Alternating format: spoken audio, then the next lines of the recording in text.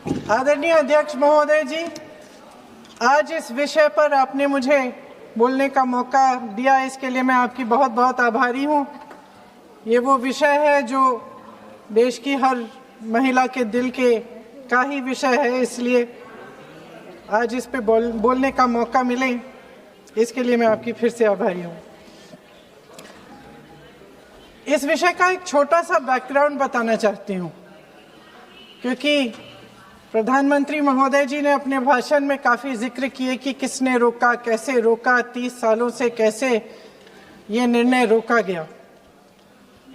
तो इसका बैकग्राउंड ये है, मेरे सत्ता पक्ष के साथियों को शायद ये बात पसंद नहीं आएगी, लेकिन इसका ऐतिहासिक बैकग्राउंड ये है कि इसकी शुरुआत भी नेहरू नाम के एक व्यक्ति ने ही किया। लेकिन घबराइए नहीं, ये वो नेहरू नहीं है जिनसे आप इतना कतराते हैं। ये उनके पिताजी मोतीलाल नेहरू जी ने एक रिपोर्ट तैयार की थी 1928 में, और उस प्रतिवेदन को उन्होंने कांग्रेस पार्टी की कार्य समिति को दिया था। वो एक समिति के अध्यक्ष थे, उसमें उन्होंने 19 मूल अधिकारों की सूची बनाई थी। 1931 में सरदार पटेल जी की अध्यक्षता में कांग्रेस अधिवेशन हुआ था कराची में। उस कराची अधिवेशन में इस प्रस्ताव को पारित किया गया और वहीं से ये शुरुआत हुई कि महिलाओं का समान अधिकार हमारे देश की राजनीति में शामिल हुआ। उसी समय one vote one citizen one value का सिद्धांत भी हमारी राजनीति में स्थापित हुआ। आपको ताज्जुब होगा ये जानकर कि जबकि इस सिद्धांत की वजह से हमारे देश में महिलाओं को वोट देने का अधिकार आज़ादी के पहले दिन से मिला, अमेरिका जैसे देश में ये अधिकार उन्हें इस अधिकार के लिए 150 साल इंतजार करना पड़ा, संघर्ष करना पड़ा। हमारे देश की राजनीतिक व्यवस्था में महिला आरक्षण लागू करना भी दुनिया में एक ऐसा ही अनोखा कदम था। पंचायतों और नगर पालिकाओं में 33% आरक्षण का प्रावधान भी भारतीय राष्ट्रीय कांग्रेस की सरकार ने स्वर्गीय राजीव गांधी जी के नेतृत्व में सदन पटल पर पहली बार पेश किया, मगर उस समय ये प्रावधान पारित नहीं हो पाया। आज आदरणीय प्रधानमंत्री महोदय जी ने भी इसका जिक्र किया, लेकिन हमेशा की तरह उन्होंने आधी बात बोल दी। उन्होंने कहा, सदन को ये बताया कि विरोध करने वाले कौन थे, उन्होंने ये नहीं बताया। उन्होंने कहा कि इसका विरोध हुआ, कौन किसने विरोध किया और नहीं बताया। विरोध तो आप ही ने किया था, भाजपा ने। कुछ सालों बाद स्वर्गीय श्री पीवी नरसिम्हा राव जी के नेतृत्व में कांग्रेस सरकार ने इस कानून को सदन में पारित करके लागू किया। आज अपने भाषण में प्रधानमंत्री जी ने जब पंचायत की आंदोलित महिलाओं का जिक्र किया, तो ये समझ लीजिए कि इस कदम के चलते ही आज 40 लाख पंचायत प्रतिनिधियों में से 15 लाख महिलाएं हमारे लोकतंत्र में भागीदार हैं। 2010 में स्वर्गीय प्रधानमंत्री डॉक्टर मनमोहन सिंह जी और यूपीए की अध्यक्ष श्रीमती सोनिया गांधी जी के नेतृत्व में कांग्रेस पार्टी ने लोकसभा और विधानसभा में महिलाओं को आरक्षण देने का फिर से प्रयास किया। राज्यसभा में इसे पारित भी कराया, लेकिन लोकसभा में आम सहमति नहीं बन पाई। 2018 में आदरणीय श्री राहुल गांधी जी ने मोदी जी को एक पत्र लिखा, और उस पत्र में उन्होंने कहा कि ये महिला का जो आरक्षण है ये 2019 तक लागू हो जाना चाहिए। मुझे लगता है कि यहाँ आकर प्रधानमंत्री जी राहुल जी का मजाक तो बना लेते हैं, लेकिन घर जाके उनकी बातों पर गौर करते हैं, क्योंकि हम आज उसी बात पर चर्चा कर रहे हैं। वैसे आज प्रधानमंत्री जी की बातों से ये लगा कि भाजपा ही महिला आरक्षण के चैंपियन, प्रस्तावक और सबसे बड़े समर्थक रहे हैं। इनके पूरे भाषण में यही बात थी, जबकि ये कह रहे थे कि इन्हें इसका श्रेय नहीं चाहिए। कोई भी महिला आपको बता देगी कि बार बार बहकाने वाले पुरुषों को महिलाएं झट से पहचान लेती हैं। थोड़ी सावधानी बरत लीजिए, पकड़े जाएंगे। आखिर जब 2023 में राहुल जी के पत्र को पढ़ने के कुछ सालों बाद, हाँ, उसके बाद पढ़ लिया। आखिर जब 2023 में आदरणीय प्रधानमंत्री नरेंद्र मोदी जी की सरकार ने यह अधिनियम सर्वसहमति से पारित किया, तब भारतीय राष्ट्रीय कांग्रेस ने अपनी विचारधारा के अनुकूल इसका पूरा समर्थन किया। आज भी इसमें कोई शक नहीं होना चाहिए कि भारतीय राष्ट्रीय कांग्रेस महिला आरक्षण के पक्ष में डट कर खड़ी है और खड़ी रहेगी। लेकिन अध्यक्ष महोदय, सच्चाई ये है कि आज की चर्चा दरअसल महिला आरक्षण पर है ही नहीं। जो विधेयक सरकार ने पेश किया है, उसका प्रारूप हमने पढ़ा, उससे पूरी चर्चा ही बदल गई है। उनकी सरकार के इस विधेयक का सार सुनिए।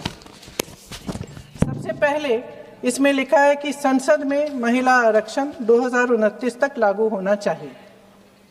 हम सहमत हैं। फिर कहा गया है कि इसे लागू करने के लिए लोकसभा सदस्यों की संख्या 50% बढ़ानी पड़ेगी।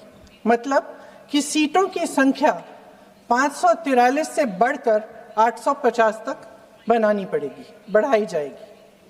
और इन सीटों को बढ़ाने के लिए एक परिसीमन आयोग बनाया जाएगा जो 2011 की जनगणना को आधार बनाकर ये कार्य करेगा। ऊपर से इसमें कोई आपत्तिजनक बात नहीं लगती, मगर इसे गहराई से समझा जाए तो इसका असली मकसद उभरता है। वह राजनीति की बू जिसका जिक्र प्रधानमंत्री महोदय ने किया, वह राजनीति की बू इसमें पूरी तरह से घुली हुई है। दरअसल इसी सरकार ने महिला आरक्षण का जो विधेयक सर्वसहमति से 2023 में पारित कराया था, उसमें दो चीजें थी जो इस विधेयक में नहीं है। उसमें लिखा था कि इसे लागू करने से पहले नई जनगणना और परिसीमन कराई जाएगी। अब अचानक क्या हो गया? मन बदल गया। वही सरकार पुराने आंकड़ों के आधार पर क्यों आगे बढ़ना चाह रही है और इतनी जल्दबाजी क्यों? अध्यक्ष महोदय, ये हमारे देश की सच्चाई है कि प्रतिनिधित्व का सवाल जनसंख्या के सवाल से जुड़ा हुआ है। जब तक जातीय जनगणना नहीं होती, सभी वर्गों को उचित प्रतिनिधित्व नहीं मिल सकता। यह अनिवार्य है। ये सरकार 2011 की जनगणना पर आगे बढ़ना इसलिए चाहती है क्योंकि इस जनगणना में ओबीसी वर्ग की संख्या ही नहीं है।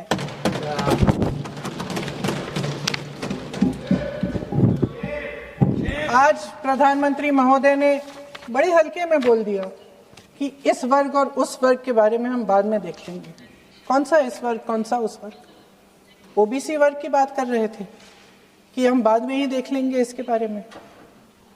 ये हल्के में नहीं लेना चाहिए अध्यक्ष महोदय। ये बहुत बड़ी संख्या है, एक पूरे वर्ग का परिश्रम है, एक पूरे वर्ग का संघर्ष है।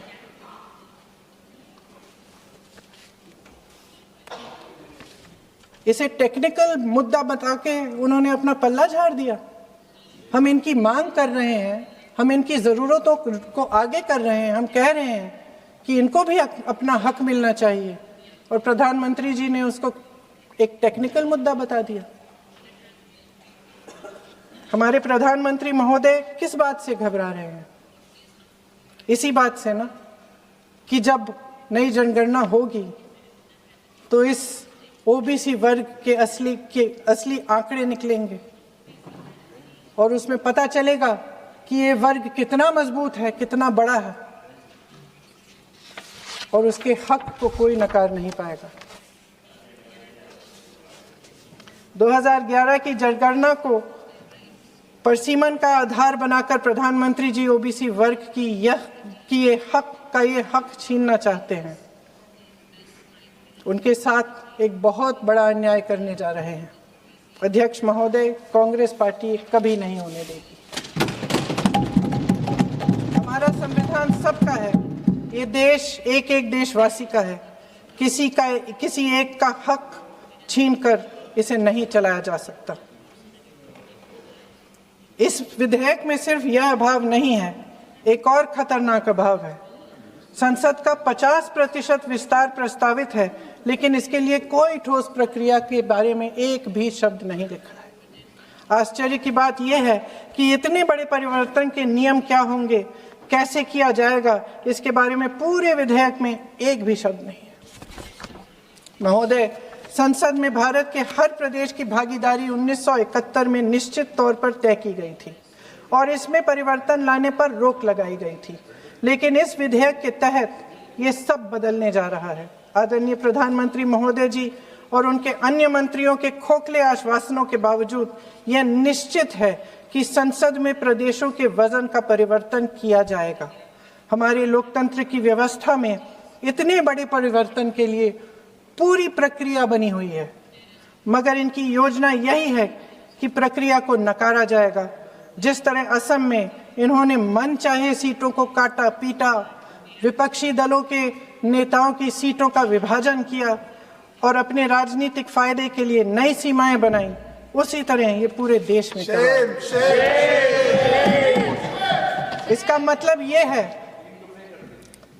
कि परिसीमन आयोग में सरकार द्वारा चुने गए 3 जने इस पूरे देश के प्रदेशों का वजूद, देश के लोकतंत्र में उनकी भागीदारी और उनका महत्व तय करेंगे। लोकतंत्र को खत्म करने की शुरुआत तो इस सरकार ने चुनाव आयोग, न्यायपालिका, मीडिया और अन्य संस्थाओं पर अपना पूरा दबाव डालकर शुरू कर ही लिया था, मगर अब लोकतंत्र पर खुला वार होने जा रहा है। अगर ये विधेयक पारित होता है तो समझ लीजिए कि इस देश में लोकतंत्र खत्म हो जाएगा। अध्यक्ष महोदय, मौजूदा सरकार एक बार फिर इस देश की जनता की आंखों में धूल झोंकने का काम करके देश की अखंडता पर बहुत बड़ा हमला कर रही है।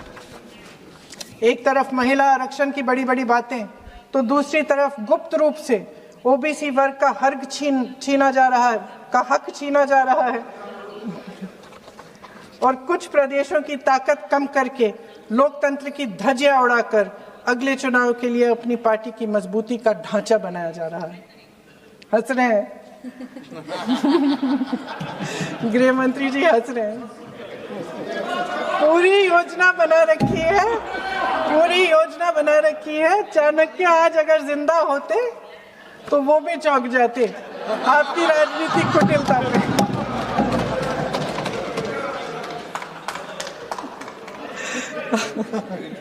इन्होंने पूरी योजना बना रखी है, हंस रहे हैं, सहमत है मेरी बातों से। अचानक प्रदेशों में चुनाव के दौरान सदन की बैठक बुलाओ, कोई सर्वदलीय बैठक मत बुलाओ। विधेयक का प्रारूप सिर्फ एक दिन पहले सार्वजनिक कर लो ताकि विपक्ष को कोई मौका न मिले कि इस पे चर्चा कर ठीक ढंग से हो। मीडिया और पब्लिक में पहले से ही चर्चा शुरू कर लो कि मोदी जी एक बहुत बड़ा कदम उठाने वाले हैं महिलाओं के उत्थान के लिए। ये विपक्षी दल के जो नेता हैं कुछ समझते नहीं हैं, राष्ट्र के हित में कुछ करते नहीं हैं, विरोध करेंगे। बेचारे मोदी जी इतना बड़ा कदम उठाने वाले हैं, सबको इनका साथ देना चाहिए राजनीति से ऊपर उठकर। और ये कर करके विपक्ष को धर्म संकट में डाल दो। एक तरफ महिला आरक्षण और दूसरी तरफ आपको काट पीट करने की, पूरे ढांचे को बदलने की स्वतंत्रता, ओबीसी वर्ग को नकारने की स्वतंत्रता। अध्यक्ष महोदय, राजनीति में कुटिल होना अपनी जगह है, शायद हमें और थोड़ा होना भी चाहिए इस तरफ वालों को, लेकिन सत्ता बनाए रखने की महत्वाकांक्षाओं को परे करके देश के हित के लिए सही निर्णय लेना अलग है। शायद हम आदरणीय प्रधानमंत्री महोदय जी से आज ये उम्मीद नहीं रख सकते क्योंकि वह समस्याओं से घिरे हुए हैं, उन पर अंतर्राष्ट्रीय दबाव बहुत है। महिला आरक्षण जैसे ऐतिहासिक कदम को उन्होंने सत्ता को बनाए रखने का एक कमजोर बहाना बना दिया है। जाति जनगणना को नकारते हुए एक ऐसी संसद बनाना चाहते हैं जिसमें सिर्फ अभिव्यक्ति और चर्चा का ही अभाव नहीं होगा, बल्कि पिछड़े वर्गों और प्रदेशों की समानता का भी अभाव होगा। हमारी मातृभूमि की अखंडता का आधार है one citizen, one vote, one value. अलग अलग राज्यों का दर्जा बगैर किसी संवैधानिक प्रक्रिया के तय करना इस अखंडता पर वार है। इससे हम कैसे सहमत हो सकते हैं? अध्यक्ष महोदय, इन्हीं 543 लोकसभा क्षेत्रों में से महिलाओं को 33% आरक्षण क्यों नहीं दिया? अगर पद खोने का डर नहीं है तो कुछ लोग अपना पद खो लें।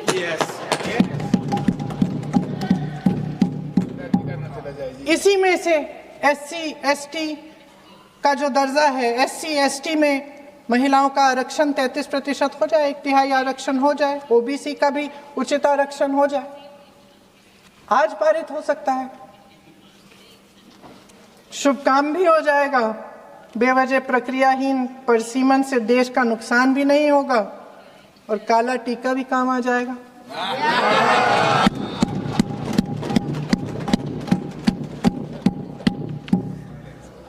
सदन की सर्वसहमति से देश के इतिहास में एक महत्वपूर्ण कदम उठाने पर आदरणीय प्रधानमंत्री महोदय जी का नाम भी लोकतंत्र का गौरवमय पन्नों में लिखा जाएगा।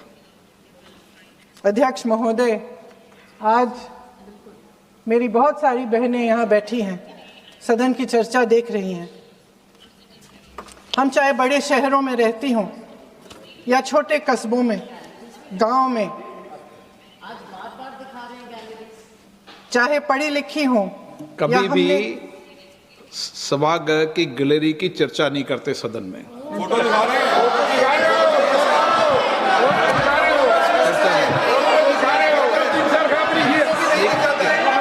एक मिनट महोदय, मैं थोड़ी अभी भी थोड़ी नई हूँ, मैं समझ जाऊंगी।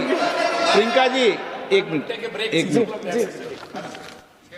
माननीय सभासदों, सभा की सहमति हो तो सभा की कार्रवाई आज रात को 11 बजे तक बढ़ा दी जाए।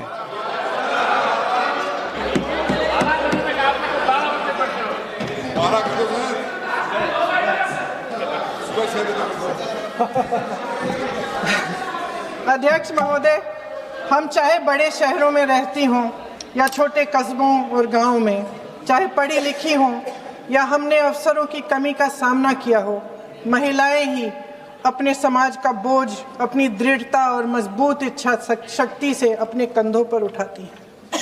हम ही वह अथक कर्म शक्ति हैं जो हमारे राष्ट्र को आगे बढ़ाती हैं। दर्द और तकलीफें सहने की हमारी क्षमता असीम है, लेकिन अध्यक्ष महोदय, आज इस संसद में खड़े हुए मैं खास तौर से अपने पुरुष साथियों को याद दिलाना चाहती हूँ कि इस देश की महिलाएं निडरता पूर्वक जीवन के कठिन से कठिन परिस्थितियों में अपने हक के लिए लड़ना भी जानती हैं। घोर अंधकार से भरी रात में उठकर एक नई सुबह का दावा करना जानती हैं। इस देश की महिलाएं वे जबरदस्त सामूहिक शक्ति हैं जो इस देश के भविष्य को आकार दे रही हैं। इसलिए अध्यक्ष महोदय, आपके द्वारा मैं आदरणीय प्रधानमंत्री महोदय जी को ये कहना चाहती हूँ कि अगर वे इस ऐतिहासिक कदम को ईमानदारी से उठा रहे होते तो पूरा संसद इनके साथ एकजुट होकर इसे पारित करता। लेकिन देश की महिलाओं के नाम पर इस देश के बुनियादी ढांचे, इसकी अखंडता के साथ खिलवाड़ करने की कोशिश ने इस विधेयक का मकसद ही बदल डाला है। हमारी संसद को कमज़ोर करके अपनी सत्ता को कायम रखने की एक खोखली कोशिश साबित हुई है। आदरणीय प्रधानमंत्री महोदय जी, इस देश की महिलाओं का वाकई आप सम्मान करते तो उनका राजनीतिक इस्तेमाल न करते। ये आपकी हस्ती, आपके पद, उसकी गरिमा और आपके दायित्व के प्रतिकूल है। आपने ही कहा था कि भारत की हर नारी का ये हक है, उसका अधिकार है, किसी की मेहरबानी नहीं। आज नहीं तो कल उसे ये हक मिलेगा। और इस हक को वे पूरी जिम्मेदारी से देश की अखंडता और एकता को बचाने के लिए इस्तेमाल करेंगे। हम आपके इन तीनों विधेयकों का सख्त विरोध करते हैं, लेकिन अभी भी आप एक ऐसा निर्णय ले सकते हैं जो सर्वसहमति से इस सदन में पारित हो जाएगा और हमारे देश की हर नारी को अपनी असली शक्ति को धारण करने का मौका मिलेगा। मैं आपके द्वारा प्रधानमंत्री जी से अपील करती हूं कि मन बनाएं, साहस करें, सही निर्णय ले लें। हम सब उनके साथ खड़े रहेंगे। धन्यवाद।